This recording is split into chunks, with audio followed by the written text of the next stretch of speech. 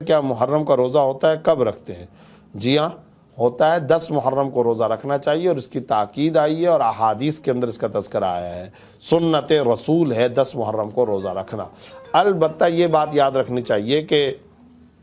10 محرم کا روزہ اگر کوئی شخص نہیں رکھتا تو اس کے اوپر کوئی گناہ نہیں ہوگا، کسی قسم کا گناہ اس کے اوپر لازم نہیں ہوگا۔ بات یہ ہے کہ وہ 10 محرم کا روزہ رکھے، اس کی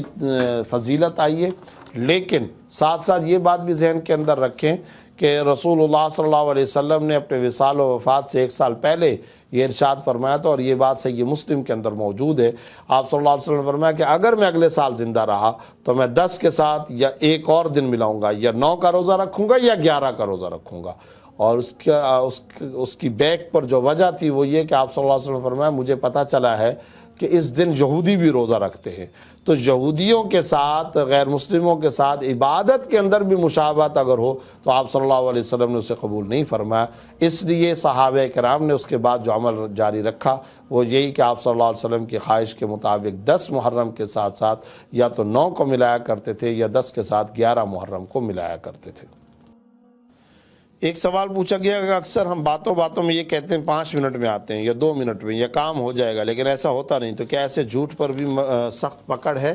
دیکھیں، بات یہ ہے کہ اگر تو یہ کہتے وقت نیت اسے پورا کرنے کی ہے، اور پھر بغیر کسی عذر کے تو نہیں، لیکن کسی عذر کی وجہ سے وہ اپنی بات پوری نہ کر سکے تو شرعاً ایسی صورت میں وہ ماخوذ نہیں ہوگا اور اس کے اوپر کوئی گناہ بھی نہیں آئے گا۔ لیکن اگر بلا عذر اس کی خلاف ورزی کرتا ہے، یا شروع سے ہی اس کا انداز ہی ٹال مٹول کرنا ہے اور ٹال مٹول کا قصد ہے، تو ظاہر ہے ایسی صورت میں جھوٹ کا اور دھوکہ دہی کا اور ایذائے مسلم کا گناہ ہوگا۔ اس لیے اس طرز گفتگو سے احتراز ہی کیا جائے۔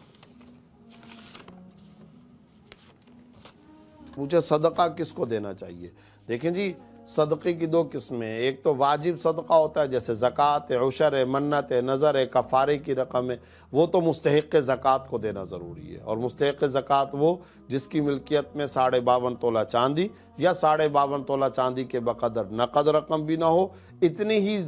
مالیت کا ضرورت سے زائد ساز و سامان بھی نہ ہو، کچھ سونا، کچھ نقد رقم، کچھ مال تجارت ملا کر، یا کچھ ضرورت سے زائد ساز و سامان ملا کر ٹوٹل مجموعی طور پر 52.5 تولہ چاندی کے بقدر بھی نہ ہو، جس کی شاید آج کل مالیت 36,000 یا کچھ اوپر نیچے ہوتا رہتا ہے، تو گویا 36,000 بھی نہ ہو، 36,000 روپے کے بقدر سونا چاندی بھی نہ ہو، ایسا شخص مستحق زکوٰۃ ہے۔ واجب صدقہ ہے تو آپ صرف اس کو دے سکتے ہیں۔ جہاں تک نفلی صدقے کا تعلق ہے وہ آپ کسی کو بھی دے سکتے ہیں، اس کے اندر